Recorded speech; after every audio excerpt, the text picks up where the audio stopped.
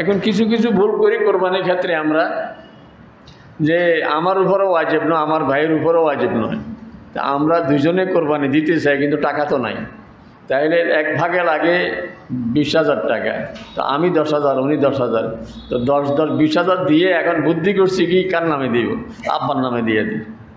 আব্বার নামে দিয়ে গোশতটা 2 ভাগ করে নিছি। আল্লাহ তাআলা কি আমাদের এই খবর জানে না? জানে না। তাহলে কোরবানি 7 ভাগে হবে, 7 শরিকে হবে। তো এখানে আমারটা যখন মানে হাফ হাফ হয়ে গেছে, তো বাকি 6 ভাগ রয়েছে, ওটা তো 6 2 12 হয়ে গেছে, 14 ভাগ হয়ে গেল। কোরবানি সর্বোচ্চ 7 ভাগে, আমারটা হয়ে গেল, আমার কারণে হয়ে গেল 14 ভাগে। এই জন্য এরকম পলিসির দরকার নেই, কিন্তু আপনার উপরও ওয়াজিব। আবার অনেকে এই সেদিন একজনে প্রশ্ন করছে, যে বাবাই প্রশ্ন করছে যে আমার ছেলের উপরে কোরবানি ওয়াজিব, এখন সে আমার নামে দিতে চায়, আমার এই ভাগে দিতে চায়। তা আমি বললাম যে কেন? হেডটা কয় হে যে বাপ আমি জীবিত থাকতে আমার ছোটো করতে চায় না আর কি। তা আমি বললাম না, হেডটা আদায় হবে না, আপনারটা দিতে পারে, বাবার নামে দিয়ে দিল, বাবারে একটা নাম বসাই দিল, সওয়াব পাবে, কিন্তু নিজেরটা না দিয়া বাপেরটা দিলে নিজের কোরবানির ওয়াজিব আদায় হবে না। এটা খুব খেয়াল রাখবেন। আর কোরবানি রাসূল সাল্লাল্লাহু আলাইহি ওয়াসাল্লাম বলেন ফাতাইয়িবু ওয়াইন্নাহু লা ইয়াকাউ আদ-দামু মিনাল্লাহি বিমাকানিন ক্বাবলা আন তাকাবিল আরদ। বলে কোরবানি গরু জবে করার মুহূর্তে রক্ত মাটিতে পড়ার আগেই আল্লাহর কাছে পৌঁছে যায়। মানে আল্লাহ তাআলা যাচাই করেন যে এটা কি আমাকে রাজি করার জন্য না আমার রাজি করার জন্য নয়। আল্লাহর পক্ষ থেকে আমার দোয়ার পরে একটা ঘোষণা পেয়েছি, আমি সুসংবাদ পেয়েছি, সেটা হলো আমার উম্মত শিরক মুক্ত অবস্থায় যদি মরতে পারে নিশ্চিত জান্নাতে যাবে। তুমি এই খবরটা সবাই শুনে দাও। তো তুমি যে যাবে, এটা যে আমি বলছি, এটার সার্টিফিকেট কি? ধরো আমার জুতা জমা নিয়ে যাও, সাথে রাসূল নিজের জুতা দিয়ে দিয়েছেন, এটা সার্টিফিকেট হিসাবে, যেটা যে রাসূলের কাছ থেকে উনি আসছেন, এটা কি করি উনি বুঝাবেন সবাইকে। তো উনি বলেন যে আমি এই রাসূলের ওখান থেকে আসতেছি, এই বাগানের বাইরে গেছি, এর মধ্যে ওমর রাদিয়াল্লাহু তাআলা আনহুর সঙ্গে দেখা। আমি একটা সুসংবাদ যে যদি লা ইলাহা ইল্লাল্লাহ বলে আর এই কথার উপরে থাকে নিশ্চিত সে জান্নাতে যাবে। তো এটা ওনাকে প্রথম শুনেলাম, শোনানোর সাথে সাথে উনি আমার একটা ধাক্কা মারছে। তো আমি একবারে পাশার উপরে ভর করি পিছন দিকে পড়ে গেছি। আমি রাসূলের কাছে আবার গেলাম, ওমর রাদিয়াল্লাহু তাআলা পিছে পিছে গেছেন। আমি গিয়ে বললাম ইয়া রাসূলুল্লাহ, আপনার সুসংবাদটা দেওয়ার জন্য আমি সর্বপ্রথম ওনাকে পেয়েছি, ওনাকে বলছি, তো উনি আমাকে এইভাবে ধাক্কা দিয়েছে, আমি এখন পড়েই গেছি। ওমর রাদিয়াল্লাহু তাআলা বলতেছেন ইয়া রাসূলুল্লাহ, সুসংবাদ ঠিক আছে, কিন্তু এই সুসংবাদ দিলে তো মানুষ মনে করবে যে আর আমল লাগবে না, খালি লা ইলাহা ইল্লাল্লাহ পড়লেই চলবে। তো আল্লাহ রাসূল হযরত আবু হুরায়রাকে বলেন, আবু হুরায়রা তাইলে থাক, আমি বুঝাইতে চাইছি এক কথা, মানুষ বুঝবে আর এক কথা, তাইলে সুসংবাদটা এখন দিও না। তো এই হাদিসটা আবু হুরায়রা রাদিয়াল্লাহু তাআলা জীবদ্দশায় বলেন নাই, কিন্তু ইন্তেকালের আগ মুহূর্তে, যেহেতু রাসূলের একটা হাদিস ওনার কাছে আছে, ইন্তেকালের আগ মুহূর্তে বলে গেছেন যে আসলে বিষয়টা হলো শিরক মুক্ত অবস্থায় যদি আমি যেতে পারি তাহলে নিশ্চিত আমি জান্নাতে যাব। এই জন্য হজের মূল টার্গেট, মূল উদ্দেশ্যটাই হলো শিরক মুক্তি, ইমানের পাকাভুক্ত করা। এই জন্য হাজী সাহেব এখান থেকে ঢাকা থেকেই তো ইহরাম বেঁধে ফেলে, বস রওয়ানা দিচ্ছে আর বলতেছে লাব্বাইক আল্লাহুম্মা লাব্বাইক, আয় আল্লাহ আমি আপনার ঘরে হাজির, লাব্বাইক লা শারীকা লাকা লাব্বাইক, আয় আল্লাহ আপনার ঘরে হাজিরা দিতে আসতেছি, আপনি ছাড়া আর কোনো মাবুদ নেই আমার, আমি ভুল করছি যাই করছি, এখন ঘোষণা দিচ্ছি যে আপনি ওয়াহদাহু লা শারীকা লাহু, আপনার কোনো শরীক নেই, সব কিছুর মালিক আপনি, সব কিছুর স্রষ্টা আপনি, সব ইবাদত পাওয়ার উপযুক্ত আপনি, সব কিছুতে কুল হু আল্লাহু, সর্বদিক থেকে আপনি একা। যেরকম আপনি আল্লাহ একজনেই, দ্বিতীয় এই নামের কেউ দুনিয়াতেই নেই। আল্লাহ তাআলা বলেন হাল তা'লামু লাহু সামিয়া, তোমরা বলো তো এই নামের কি আর কেউ আছে নাকি? নামে একা, গুণে একা, তার সকল কাজে তিনি একা, সব কাজ তিনি একাই করেন। রাসূল সাল্লাল্লাহু আলাইহি ওয়াসাল্লাম বলেন সবচেয়ে উত্তম দোয়া হলো আরাফাতের দোয়া। আরাফাতের দোয়া সবচেয়ে উত্তম দোয়া, এবং আল্লাহ তাআলা আরাফাতের দিনে একেবারেই আসমানে চলে আসেন, দুনিয়া নিকটবর্তী আসমানে, এবং সেদিন সবচেয়ে বেশি মানুষকে জাহান্নাম থেকে নাজাত দিয়ে দেন। এটা যে শুধু যারা হজে গেছেন তারা না, আমরা যারা বাইরে আছি আমাদেরকেও আল্লাহ তাআলা জাহান্নাম থেকে নাজাত দেওয়ার জন্য একবার আসমানে চলে আসেন সেদিন। আমি যদি এখানে সেদিন একটু আল্লাহর কাছে আবেগ নিয়ে বলতে পারি যে আল্লাহ আমাকে জাহান্নাম থেকে নাজাত দিয়ে দেন, তাহলে কাম হয়ে যাবে। হাজী সাহেবদের দোয়া তো ওখানে হচ্ছে, আর দোয়া তো কিছু পাইকারি দোয়া, কমন দোয়া সবার জন্যে। আল্লাহ সমস্ত মুসলিমিন মুসলিমাত মোমেনিন মোমেনাত সারা দুনিয়ার সকল মোমেনকে আল্লাহ মাফ করে দেন, সে দোয়া তো হচ্ছে। তো আমি যেন সে দোয়ার ভাগী হইতে পারি, এই জন্য এখানে আমার কাজকর্ম আমার চালচলন যেন ওরকম হয়, দোয়া যেন আমার গায়ে লেগে যায়। এই জন্য এই কয়টা দিন তো এমনিই, গত শুক্রবারে বলছিলাম যে গত শনিবার থেকে, শুক্রবার সন্ধ্যা থেকে শুরু হয়ে গেছে, সন্ধ্যা থেকে শুরু হয়ে গেছে। এই জন্য আমরা হজে যেতে পারিনি, কিন্তু ভাবটা এরকম যে আমি যেন হজে আছি। দেখেন আজকে আমার মোস্টসে কেমন হয়ে রয়েছি, যেখানে যে সবাই তাকায় আমার দিকে, হুজুর এরকম হয়ে রয়েছে কেন, কাটার কোনো সুযোগ নেই, আমি যেন এহরাম পরাই আছি। আমি হজে যেতে পারিনি, কিন্তু হাজিদের বেশ ধরেছি, কারণ রাসূল সাহেব বলছেন যে কোরবানি দিবে সে হাজী সাহেবের মতো 10 তারিখে কোরবানির আগ পর্যন্ত চুল নখ এগুলি কিছু কাটবে না, 10 তারিখে কোরবানি করার পরে কাটবে। তাইলে হাজী সাহেবকে যা দিবে আল্লাহ তাআলা তাকেও তা দিয়ে দিবে। রোজা অনেকে রেখেছেন, গত শনিবার থেকে শুরু হয়েছে। আমার আজকে একখানে প্রোগ্রাম ওয়াজের, আজকে সন্ধ্যায়। তো আমি গত শুক্রবার চলে গেছি, ওরা দেখি অবাক, মনে করছে আমি ভুলে গেছি, জানি আগে চলে গেছি না, মনে করছি এই শুক্রবারের জায়গাতে ওই শুক্রবার কেমনে হইল। একজনে আমার দেখে, হুজুর দেখেন আমরা তো পোস্টার এইভাবে ছাপাইছি। আমি বললাম যে না, আমি উদ্দেশ্যমূলক আসছি। তো যারা আসছে বললাম যে আগামী শুক্রবার আসি ওয়াজ করলে বলবেন যে হুজুর গত শুক্রবার বলেন নাই কেন, আমরা তো এই কদিন রোজা রাখতে পারিনি। এই জন্য যে আমলগুলো এগুলি তো গত শুক্রবার সন্ধ্যা থেকে শুরু হয়ে গেছে। এক এক দিনের রোজা 1 বছরের রোজার সমান সওয়াব, আর এক এক রাত সবে কদরের সমান সওয়াব। তো কালকেই ওখান থেকে একজন আসছে, আসি বলল হুজুর যাদেরকে বলি আসছেন এরা সবাই রোজা রাখা শুরু করে দিছে। এই জন্য হাজী সাহেবদের সাথে হজে যেতে পারিনি, মিনা আরাফাতে থাকতে পারিনি, কিন্তু এখান থেকে তো আমল কিছু শুরু করে দিছি, যাতে ওদের সকল আমলের কিছু সওয়াবের ভাগ আল্লাহ তাআলা আমাদের অ্যাকাউন্টে দিয়ে দেয়, আমরাও আসি ওনাদের সাথে। কিন্তু সবচেয়ে উত্তম দিন হলো আরাফার দিন। আরাফার দিন সবচেয়ে উত্তম দিন, এবং ওই একদিনের রোজা 2 বৎসরের সমান সওয়াব হয়ে যাবে। 1 বৎসর অতীতের গুনাহ মাফ, আর 1 বছর আগাম গুনাহ মাফ। আপনি যদি আগামী 1 বছর বেঁচে নাও থাকেন, মাঝখানে মারা যান, কিন্তু আগাম 1 বছরের গুনাহ মাফ হয়ে যাবে। 1 বছর পিছনের, 1 বছর আগাম, 2 বছরের গুনাহ মাফ হয়ে যাবে। আর হাজী সাহেবরা আরাফাতে থাকবেন আগামীকাল, আজকে রাত থেকেই নিয়ে যাবে হাজী সাহেবদেরকে, কারণ একত্রে এত লোক সকালবেলায় গাড়িতে নিতে গেলে এরা নিয়ে সারবে না, এজন্য রাত থেকে নেওয়া শুরু করে। তো এই রাত থেকে শুরু করে কালকে 12টার আগ পর্যন্ত সমস্ত হাজী সাহেবের আরাফাতের ময়দানে। ওই দিন আমি আরাফাতে থাকতে পারলাম না, কিন্তু দেশে বসে রোজা রাখলাম। তো আমার কি হবে, আল্লাহ তাআলা 2 বছরের গুনাহ মাফ করে দেবে। এখন আরাফাতের দিন সহজ কথা, তো যেদিন হাজিরা আরাফাতের সেদিন আরাফাতের দিন। কেউ কেউ এটাকে এইভাবে ব্যাখ্যা করছেন যে শরীয়তের কিছু পরিভাষা, আরাফাতের দিন মানে 9 তারিখ, আর বাংলাদেশে 9 তারিখ হলো আগামী রোববার।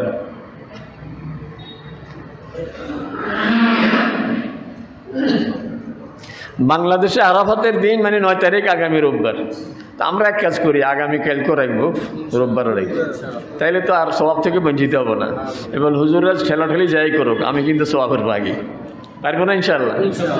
সরকারি অফিস আদালতও বন্ধ আছে, ঝামেলা হবে না। এই জন্য আগামীকাল রোববার। কিন্তু আমার দিলের কথা যেটা, সেটা হলো হাজী সাহেবরা যখন আরাফাতে তখন আমি রোজা রাখি। হাজী সাহেবরা আরাফাতে কবে, রোববারে না আগামীকাল? আগামীকাল। এই জন্য আমার দিলের কথা হলো আগামীকাল, কিন্তু আমি নিজেও রোববারে এমনি রোজা রাখবো, কারণ 9টা রোজা তো শনিবার থেকে শুরু করছি, আগামী রোববার পর্যন্ত সুযোগ আছে। এই জন্য এই রোজা এই কদিন যদিও রাখতে পারিনি, কিন্তু আগামীকাল আর পরশুর রোজা যেন আমাদের না ছুটে, কারণ বাকি জীবন যদি এইভাবে করতে পারি, যে কদিন আল্লাহ বাঁচিয়ে রাখে, 10 বছর বাঁচিয়ে থাকলে 20 বছরের গুনাহ মাফ। অতীতের 1 বছর, আগাম 1 বছর, 20 বছরের গুনাহ মাফ হয়ে যাবে। এই দিনগুলোতে বেশি বেশি তাসবিহ পড়া, তাকবীর পড়া, বিশেষ করে 9 তারিখের ফজর থেকে আগামী রোববারের ফজর থেকে 13 তারিখের আসর পর্যন্ত তাকবীর বলা ওয়াজিব।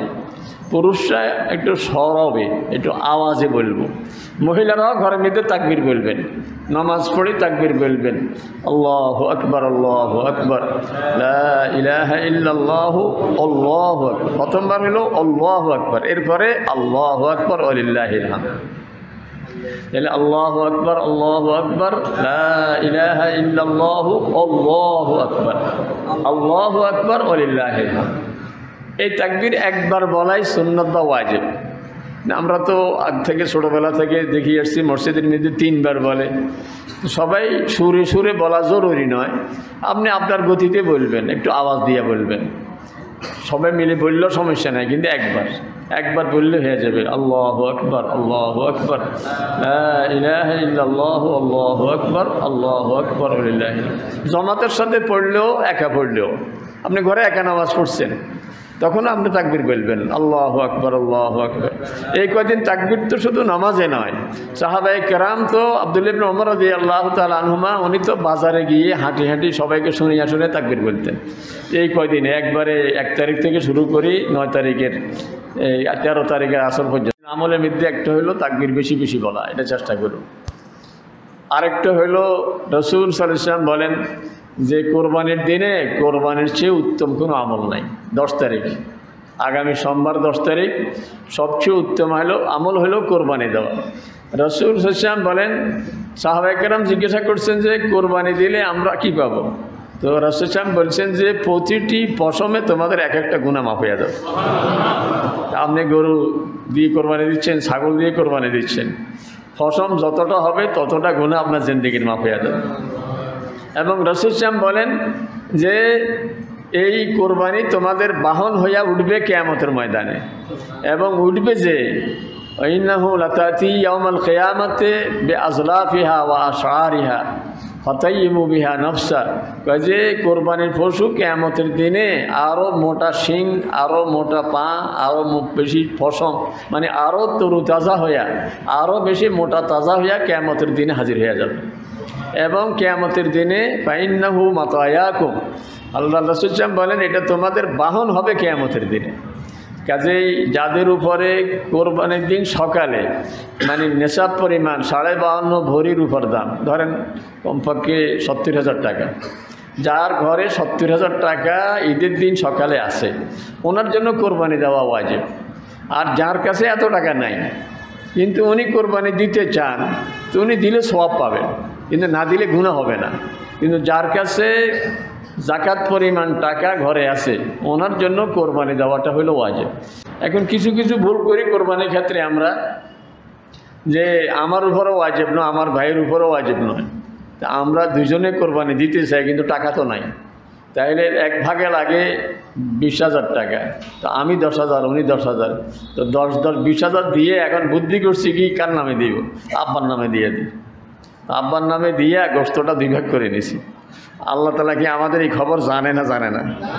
তাহলে কোরবানি 7 ভাগে হবে, 7 শরিকে হবে। তো এখানে আমারটা যখন মানে হাফ হাফ হয়ে গেছে, তো বাকি 6 ভাগ রয়েছে, ওটা তো 6 2 12 হয়ে গেছে, 14 ভাগ হয়ে গেল। কোরবানি সর্বোচ্চ 7 ভাগে, আমারটা হয়ে গেল, আমার কারণে হয়ে গেল 14 ভাগে। এই জন্য এরকম পলিসির দরকার নাই, কিন্তু আপনার উপরও ওয়াজিব। আবার অনেকে এই সেদিন একজনে প্রশ্ন করছে, যে বাবাই প্রশ্ন করছে যে আমার ছেলের উপরে কোরবানি ওয়াজিব, এখন সে আমার নামে দিতে চায়, আমার এই ভাগে দিতে চায়। তা আমি বললাম যে কেন?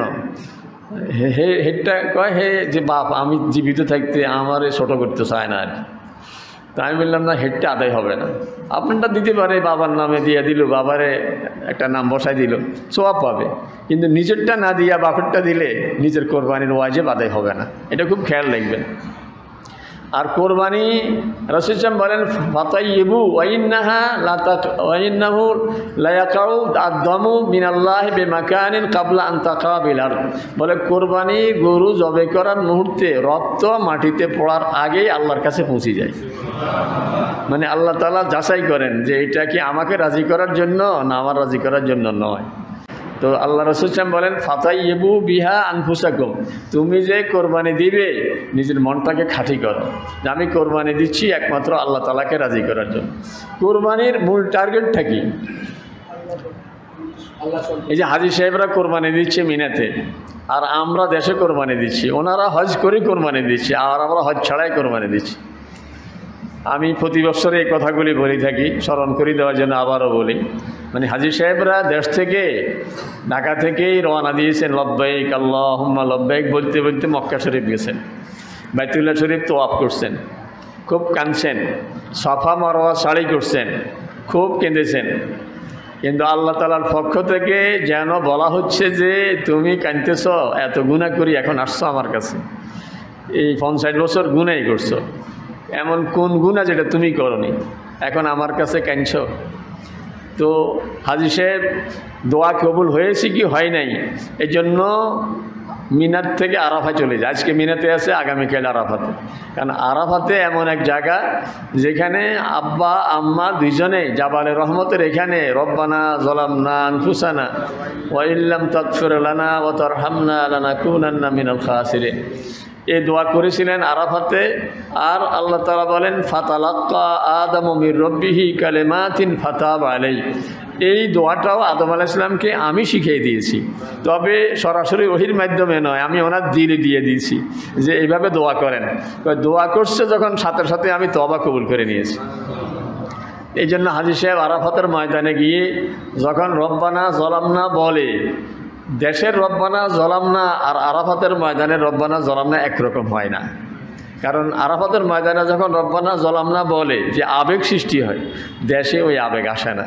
আরাফাতের ময়দানে রব্বানা যালামনার সাথে যদিও টেলিভিশনের পর্দা নেই, কিন্তু মনের পর্দার মধ্যে দুইটা ছবি ভেসে ওঠে যে দুইজন মানুষ বহুদিন পরে এই ময়দানে দুইজন দুই দিক থেকে কাঁদতে কাঁদতে আসতেছেন, এখানে এসে দুইজন একত্র হয়ে গেছেন আর কাঁদতে শুরু করছেন রব্বানা যালামনা। এই জন্য একটা আবেগ সৃষ্টি হয়ে যায়। আবেগ নিয়ে কাঁদলে চোখের পানি নিজের মনের অজান্তে কী পরিমাণ পানি যে সেদিন যেতে থাকে, নিজের দিনই বলে যে আজকে দোয়া কবুল হয়ে গেছে। কিন্তু তারপরেও হাজী সাহেবের মনে যেন বলে যে আল্লাহকে দেখাবো আমি, যে যেই কারণে এতদিন দেশে আল্লাহকে মানতে পারিনি, ওই কারণ ভবিষ্যতে আর আমার মধ্যে থাকবে না। সে দুই কারণ আমার মাঝে ছিল।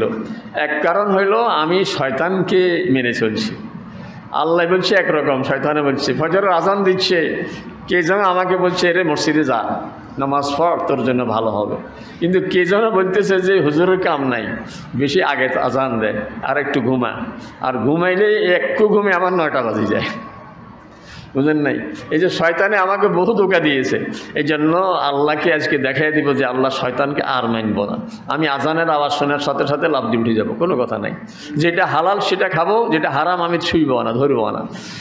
এই জন্য হাজী সাহেব মিনা থেকে মুজদালেফা রাত্রে এসে থাকেন, আর রাত্রে মুজদালেফা থেকে পাথর সংগ্রহ শুরু করেন যে কালকে সকালে গিয়ে শয়তানকে কঙ্কর মারব।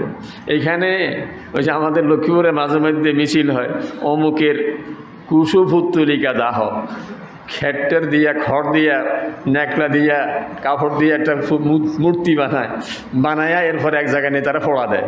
তো যেই বেটারে ফোড়া দিচ্ছে ওই বেটাকে এখানে আসেনি। শয়তান কোনো মিনাতে বাঁধা নেই, তাকে কোনো বেঁধে রাখা হয়নি, কিন্তু হাজী সাহেব একটা প্রতীকী কাজ দেখাচ্ছি যে এই শয়তানকে আর মানব না। আমি মারবার সময় বলে, কঙ্কর মারার সময় বলে বিসমিল্লাহ আল্লাহু আকবার রাগমান লিশ শয়তান ও রেদান লির রহমান, বিসমিল্লাহ আল্লাহু আকবার রাগমান লিশ শয়তান ও রেদান লির রহমান। বিসমিল্লাহ আল্লাহু আকবার বলে আল্লাহ সারা জীবন আপনাকে রাজি করে চলব, শয়তানকে নারাজ করে চলব, শয়তানকে খুশি করব না, আর আপনাকে জীবনে আর নারাজ করব না। তাহলে আল্লাহ তাআলা বলেন হইল, তুমি আর শয়তানকে মানবে না, আমি বুঝলাম। এইবার আরেকটা বলে, আরেকটা তো আমি নিজের মন মতো চলছি, যেমন মনে চেয়েছে ওরকমই চলেছি, যখন ঘুম থেকে জাগতে মন চেয়েছে তখন জেগেছি, যখন খেতে মনে চেয়েছে খেয়েছি, যা খেতে মনে চেয়েছে খেয়েছি, যা বলতে মনে চেয়েছে বলেছি, যা করতে মনে চেয়েছি করেছি, সব মন মতো চলেছি। এইবার আল্লাহ তাআলা বলেন তাইলে এবার দেখাও আমাকে মন মতো চলবে না। তো মিনাতে কোরবানির জায়গাতে যায়, আর মিনার কোরবানির জায়গায় যারা গিয়েছেন ওনারা দেখেছেন কি কষ্টকর। আমি তো অনেকবারই গিয়েছি, মানে পানি খাওয়ার চেয়ে পানি পায়ে ঢালতে হয় বেশি, পানির বোতল সাথে থাকে, পিপাসা লাগে পানি পান করি, কিন্তু হাঁটতে হাঁটতে পা এত গরম হয়ে যায় মনে হয় যেন পায়ে জুতা টুতা সব আগুন হয়ে রয়েছে। তো কতক্ষণ পরে পায়ের মধ্যে পানি ডালা লাগে। একটু দূরে, তো ওখানে গিয়ে কোরবানির গরু কিনা ছাগল কিনা কি কষ্টকর, কারণ ওই জায়গা পার হয়ে যাওয়া, দাম দস্তুর করা, ভাষা বোঝে না কেউ, এইসব ঝামেলা পার হয়ে এরপরে কোরবানির পশু নিলাম, এবার জবাই করবে কে? আমি তো দেশে এত বড় গরু দেখিনি, কোরবানি করবো শোয়াবো কীভাবে? আমার সাথে নিচে আর একজন, 7 জন পাবো কই? ধরার লোক পাবো কই? ওখানে লোকও পাওয়া যায়, খুঁজি বের করতে হয়। আফ্রিকান এক লোক একাই সবাই ফেলে, একাই জবাই করে দেয়। মাশাআল্লাহ, আল্লাহ তাদেরকে সিংহের দেশের মানুষ বানিয়েছে, এরকম সিংহের মতো করি।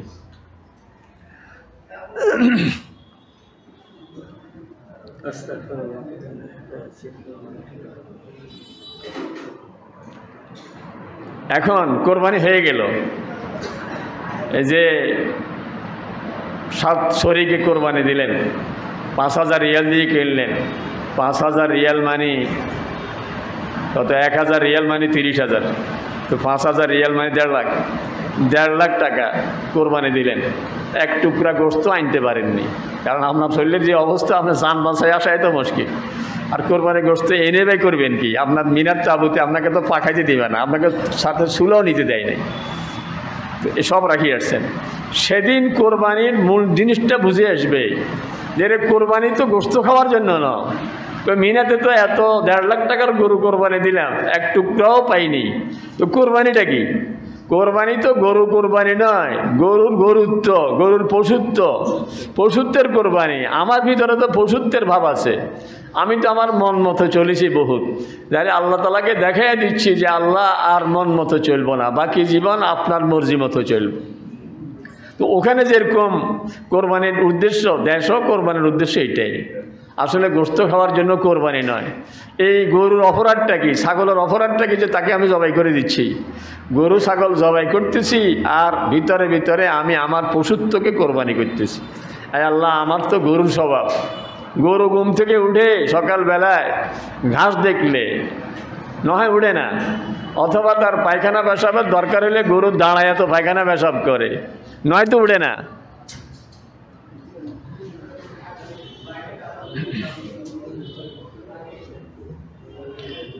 আমিও তো এরকমই, সকালবেলায় ঘুমে রয়েছি, বিবি নাস্তা নিয়ে হাজির, বলতেছে যে উঠেন, নাস্তা টেবিলে, ডাইনিং টেবিলে নাস্তা দিয়েছি, আমি উঠি না।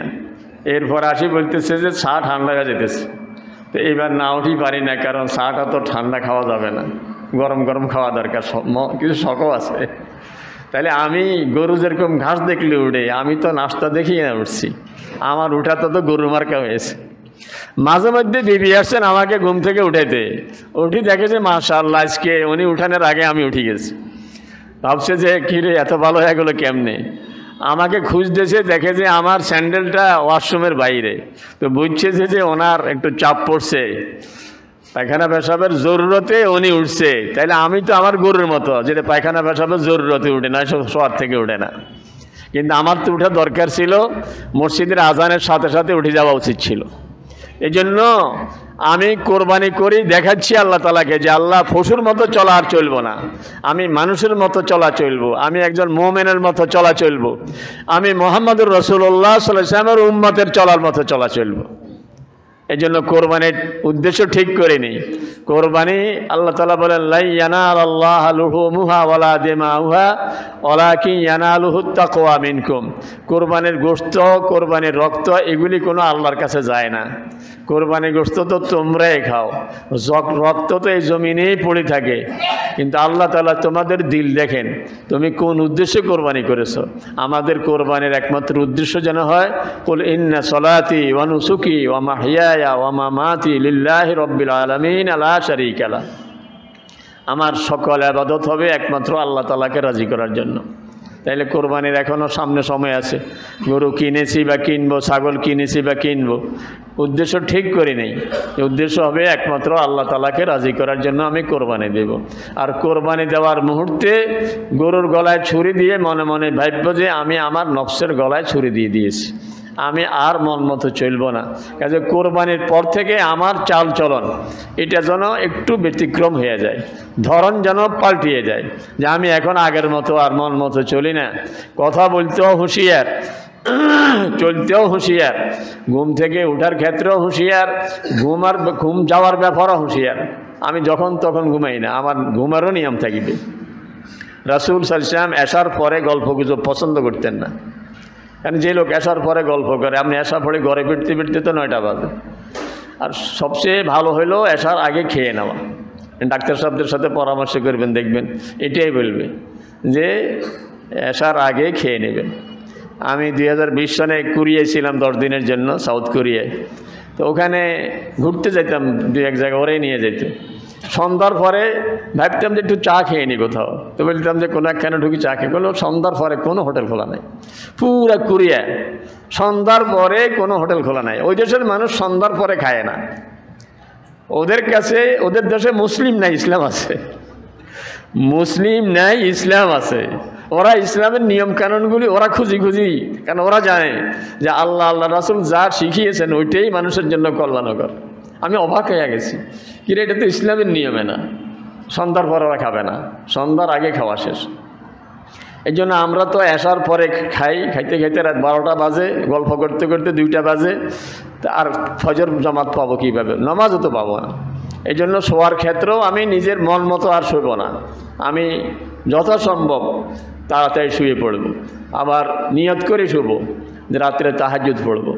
তাহাজ্জুদ পড়ার নিয়ত করে যদি শুই আমি, আর তাহাজ্জুদ পড়তে নাও পারি, আল্লাহ তাআলা আমাকে তাহাজ্জুদ পড়ার সওয়াব দিয়ে দিন। কারণ আল্লাহ তাআলা তো দিল লেখেন। তো এই নিয়তের জন্য একটা বুদ্ধি শিখিয়ে দিই, সেটা হলো আপনার নাম আপনি বলবেন। কারণ আপনার সাথে একজন ফেরেশতা আছেন আপনার নামে নাম, ওই ফেরেশতার নাম আপনার নাম, এক নামে নাম। আপনি শুধু ওই ফেরেশতাকে বলি শুইবেন যে ভাই আমাকে 3টার সময় উঠিয়ে দিই, আপনার নাম বলবেন। আপনি আবার আমার নাম বলেন না, তখন আমি বলবো ভাই হারুন আমাকে উঠিয়ে দিই, আপনি আবার ভাই হারুন বলেন না, আপনি আপনার নামে বলবেন। আপনি পরীক্ষা করে দেখেন, মোবাইলের অ্যালার্ম, ঘড়ির অ্যালার্ম, কোনো অ্যালার্ম ব্যবহার না করে ফেরেশতাকে বলি শোন, দেখেন উঠেন কিনা, উঠে যাবেন। আমি তো যতদিনই বলি, যখনই বলি আমাকে উঠাইয়া দেয়। এই জন্য নিয়ত করে শুইলে যদি উঠতে নাও পারেন, তাহলে তাহাজ্জুদ পড়ার সওয়াব পেয়ে যাবেন। আর ফজরের জামাত, রাসূল সাল্লাল্লাহু আলাইহি ওয়াসাল্লাম বলেন এশার নামাজ আর ফজরের নামাজ, 2 নামাজ যদি কেউ জামাতে পড়ে, সারা রাত তাহাজ্জুদ পড়ার সওয়াব তার আমলনামার মধ্যে লেখা হয়ে যাবে। এই জন্য আজকে তো আরাফাতের রাত সামনে, হাজী সাহেবরা সব আরাফাতে। আজকের এই নামাজগুলি যেন আমাদের কারো জামাত না ছুটে, এই কয়দিন যেন জামাত না ছুটে। তাকবীর পড়া শুরু করব রোববার সকাল থেকে। রোববার হবে 9 তারিখ, তাহলে রোববার, সোমবার, মঙ্গলবার, বুধবার, বৃহস্পতিবার বিকাল পর্যন্ত, মানে 13 তারিখ আসর পর্যন্ত এই তাকবীরগুলি বলবো। একটু আওয়াজ দিয়ে বলবো, পুরুষরা, মহিলারাও ঘরে তাকবীর বলবে, ওরা নীরবে বলবে, সরবে নয়, অনুচ্চ স্বরে বলবে, এটা খেয়াল করব। আর আগামীকাল আর পরশু আর বাকি দিন যদি নাও পারি, তাহলে এই 2 দিনের রোজা যেন আমাদের না ছুটে। আগামীকাল হইল মানে যেটা আমার দিলের কথা বললাম, আরাফাতের দিন আগামীকাল। আর হাদিসে আসছে সিয়ামু ইয়াউমে আরাফা, 9 তারিখের রোজার কথা না বলে আল্লাহ রাসূল বলছেন আরাফাতের দিনের রোজা। তারপরও ওলামায়ে কেরামের কেউ কেউ যেহেতু 9 তারিখ বলেন, যেন আমাদের দেশের 9 তারিখ আগামী রোববার, সেটাও রাখেন, তাহলে আপনি সওয়াব থেকে তার বঞ্চিত হবেন না। 2টা রাখলে তো আর অসুবিধা নেই। তাই রোজা রাখার চেষ্টা করব। আর কোরবানির গোশত এটা 3 ভাগ করাটা সুন্নত। এক ভাগ গরিব মিসকিনের জন্য, এক ভাগ আত্মীয় স্বজনের বাড়িতে পাঠিয়ে দিবেন বা তাদেরকে দাওয়াত দিয়ে খাওয়াবেন, আর এক ভাগ নিজেরা খাবেন। আপনি খেয়াল করবেন ইদানিং রাস্তা দিয়ে কি যায় বেশি? ফ্রিজ। দেখছেন? মানে এখন প্রায় রোডে আপনি খেয়াল করলে দেখবেন যে নতুন নতুন ফ্রিজ যাচ্ছে। মানে কোরবানি আসলে আমাদের ফ্রিজ কিনা বাড়ি যায়, মানে গোস্ত সব সেদিন এক বাসায় গেছিলাম, গত কী বারে জানো, এই 2-3 দিন আগে। তো এই খাওয়ার শেষ পর্যায়ে বললো যে হুজুর যে গোস্ত দিছি এটা গতবারের কোরবানি গোস্ত। তা আমি বললাম যে মনে হয় ফ্রিজ খালি করতে হবে, না হয় আরও থাকতো। এইভাবে বললাম যে ফ্রিজ মনে হয় খালি করা লাগবে, এই জন্য এটা বের করছেন, না হয় আরও থাকতো, পারে না আরও রাখে না।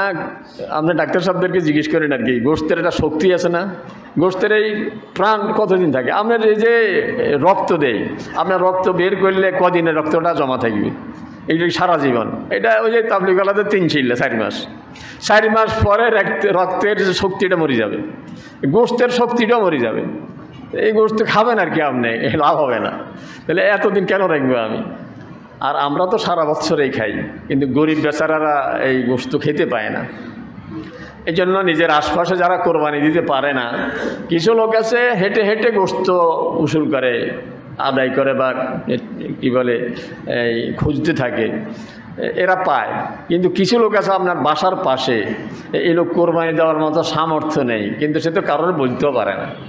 কোরবানির দিনে তার পাশে কোরবানি হচ্ছে, সবাই বাসা থেকে গোস্তের ঘ্রাণ আসতেছে, কিন্তু তার বাচ্চারা সেদিন না খেয়ে আছে, ওরা কারো কাছে খুঁজতেও পারে না।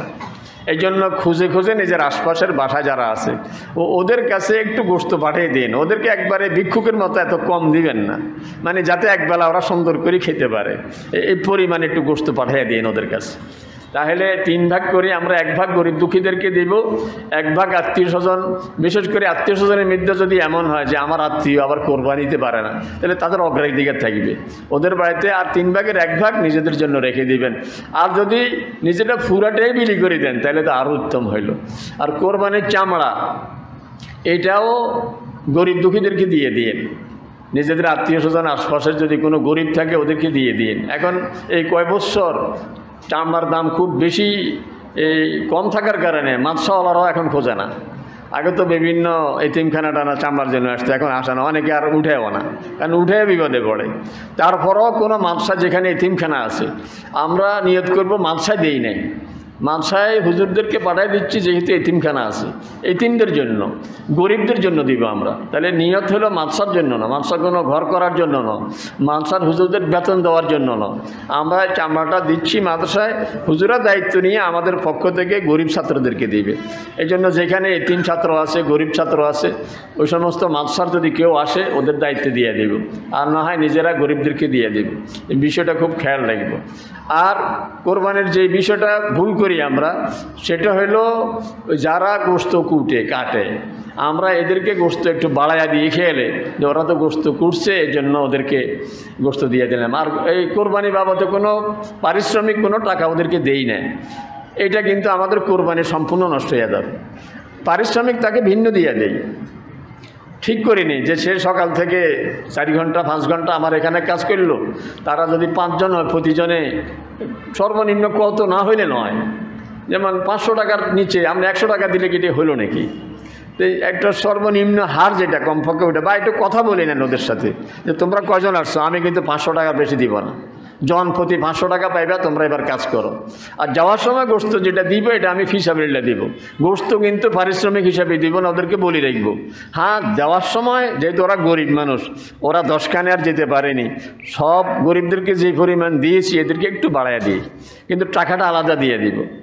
আমরা ছোটোবেলায় দেখেছি যে এদেরকে টাকাই দেওয়া হইতো না, বরং এদের জন্য চার পানের ব্যবস্থা করা হইতো, কতক্ষণ পর পরে পান খাওয়াইতো আর মাঝে মধ্যে চা খাওয়াইতো। আমি ওই সময় জিজ্ঞেস করলে মুরব্বীরা বলতেন এদেরকে চা খাওয়াইতো, পান খাওয়াইতো, কিন্তু পান আর চা খাওয়াইয়া কোনো কাজ কি করানো যায়নি। এই জন্য এটা দিয়া পারিশ্রমিক আদায় হবে না। তাহলে অল্প মানে কৃপণতার কারণে 1.5 লাখ টাকা দিয়ে গরু কিনতে পারলাম, আর এই 5-7 হাজার বা 3-4 হাজার টাকা বাড়তি খরচের অভাবে আমি কোরবানিটা নষ্ট করে ফেললাম, এমন যেন না হয়। পারিশ্রমিক আলাদা দিব, গোশত তাকে আলাদা দিব। কোরবানির দিন সকাল থেকে কিছু না খেয়ে কোরবানির গোশত দিয়ে প্রথম খাবার খাওয়াটাও সুন্নত। কারণ কোরবানি তো হলো আল্লাহ তাআলার পক্ষ থেকে জিয়াফত। তা আপনার শ্বশুর বাড়িতে যাচ্ছেন, যাওয়ার সময় লক্ষ্মীপুরের এক ভালো হোটেলে খেয়ে গেছেন, যাইয়া শ্বশুর বাড়িতে গিয়ে বললেন আম্মা আমি তো খেয়ে আসছি। শাশুড়ি বলবো যে আমাদের ইজ্জত শেষ করলি তুই, বাজারে খেয়ে আসছো কেন, ইজ্জত আসেনি আমাদের? আর কি বলবে যে জামাই আসছে দোকানে খেয়ে আসছে? আল্লাহ বলে যে আজকে আমার জিয়াফত, আজকে আমি খাওয়াচ্ছি, তুই সকালবেলা আবার অন্যখানে খেয়ে নিস, খাবি তো আমার খানা খাবি। এই জন্য কোরবানির দিনে কোরবানির গোশত সব কিছুর আগে কোরবানি গোশত দিয়ে খাওয়াটা হলো সুন্নত। এই জন্য কোরবানিটা মাশাআল্লাহ এখন খুব আগের ভাগে হচ্ছে। ছোটোবেলায় তো দেখছেন তো দুপুরের পরে কোরবানি গোশত রেডি হয়ে যায়, এখন তো 7টা 8টার ভিতরে রেডি হয়ে যায়। এই জন্য কোরবানির দিনে কোরবানির গোশত দিয়ে প্রথম খাওয়াটা সুন্নত, এটা খেয়াল করব। ঈদের দিনে রাসূল সাল্লাল্লাহু আলাইহি ওয়াসাল্লাম যে রাস্তা দিয়ে যেতেন ওই রাস্তা দিয়ে ফিরতেন না, আরেক রাস্তা দিয়ে আসতেন। এক রাস্তা দিয়ে যেতেন, আরেক রাস্তা দিয়ে আসতেন।